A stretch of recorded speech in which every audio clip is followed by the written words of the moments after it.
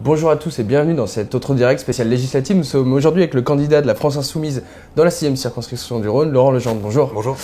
Donc vous êtes le candidat de la France Insoumise. On va parler d'emblée de Jean-Luc Mélenchon. On voit que la France Insoumise, dans les sondages, se tasse un peu en termes d'intention de vote. À quoi est-ce dû à votre avis ? Moi, c'est pas le sentiment que j'ai sur le terrain, en tout cas. On a plutôt une dynamique qui s'est accrue depuis les présidentielles. Les électeurs de la France Insoumise au premier tour des présidentielles sont transformés en militants. Il y a des gens qui, finalement, ont vu un projet de société qui était possible, qui n'a pas été retenu par les électeurs et qu'on veut de nouveau proposer sur l'électorat. Donc aujourd'hui, le repli qu'on voit dans les sondages, on peut l'expliquer peut-être par peut-être une division, puisqu'on a les écologistes qui présentent une liste là où il n'y en avait pas au présidentiel.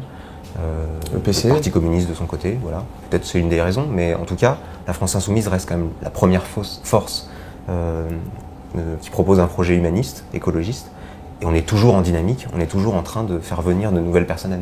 À gauche, beaucoup de gens ont été interloqués, voire troublés par la décision de Jean-Luc Mélenchon de ne pas donner de consigne de vote au second tour.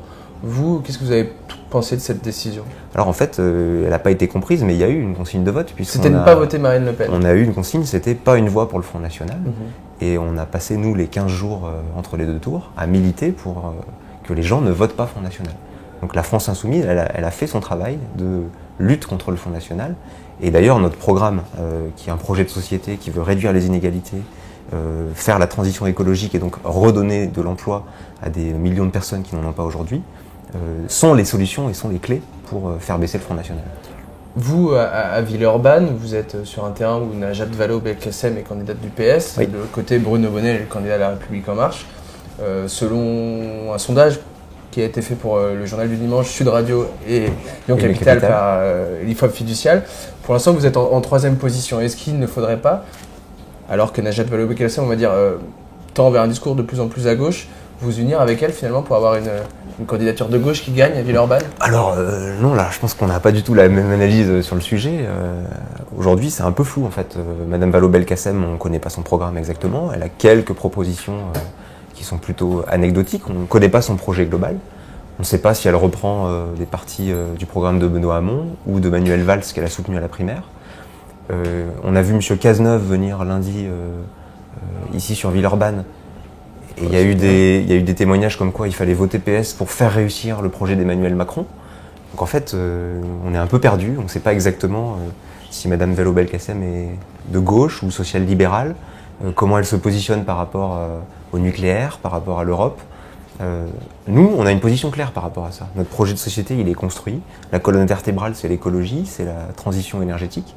C'est une nouvelle façon de réécrire les institutions pour renouer un lien entre les élus et les représentants, mettre en place la révocation des élus, le vote obligatoire, la reconnaissance du vote blanc. Au contraire, les lignes, elles sont très claires. Si vous votez pour la France Insoumise, vous êtes sûr que vous avez un programme de gauche et écologiste. Votre objectif, c'est d'être finalement devant, c'est votre principal adversaire, Najat Vallaud-Belkacem, pour être au deuxième tour. Là où pour se qualifier, faire 12,5% des inscrits, donc autour de 20%. Donc finalement, une triangulaire sera fatale pour vous. Notre adversaire politique, c'est M. Bonnell, c'est le projet de la République En Marche. Et notre adversaire, peut-être comme vous dites, du premier tour, c'est effectivement d'être devant Mme Vallaud-Belkacem. Et je pense qu'en fait, on sera devant Mme Vallaud-Belkacem. Qu'est-ce qui vous fait dire ça ? Parce que il y a eu un score quand même au premier tour des présidentielles, 26,5% pour Jean-Luc Mélenchon. On a fait plus de 16 000 voix. À Villeurbanne. À Villeurbanne. La 6e, pour ceux qui ne savent pas, c'est Villeurbanne finalement. C'est ça.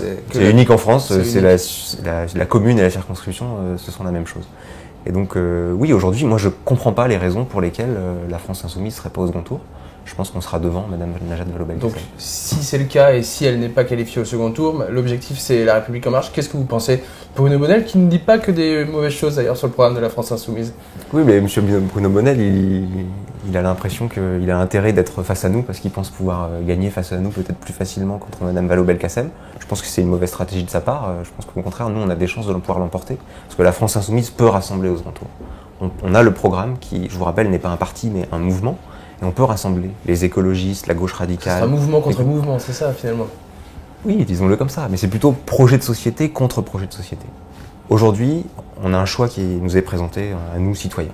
est-ce que c'est dans un monde libéral, dans lequel la libre circulation des capitaux et des marchandises au niveau mondial va permettre l'amélioration de la société, ou est-ce que c'est par un protectionnisme solidaire, un partage des richesses, et lutter contre le libéralisme qui va permettre de réduire les inégalités. C'est ce choix-là qui est proposé aux électeurs, et je pense que du coup la France Insoumise, elle ne ment pas en fait sur son projet de société. Vous personnellement, dernière question, il reste peu de temps donc ça serait pour une réponse rapide. Quelles sont vos appétences personnelles? Sur quel sujet vous pourriez travailler à l'Assemblée nationale si vous êtes J'ai deux sujets. Un sujet personnel par mon implication associative dans Villeurbanne, c'est le développement de la nature en ville, des jardins partagés, de l'agriculture urbaine. C'est de relocaliser la production alimentaire au plus proche des villes. Ça c'est un sujet moi qui me touche particulièrement. Et puis j'ai aussi une appétence pour tous les sujets démocratiques, essayer de remettre les outils en place pour que les représentants et les citoyens soient connectés.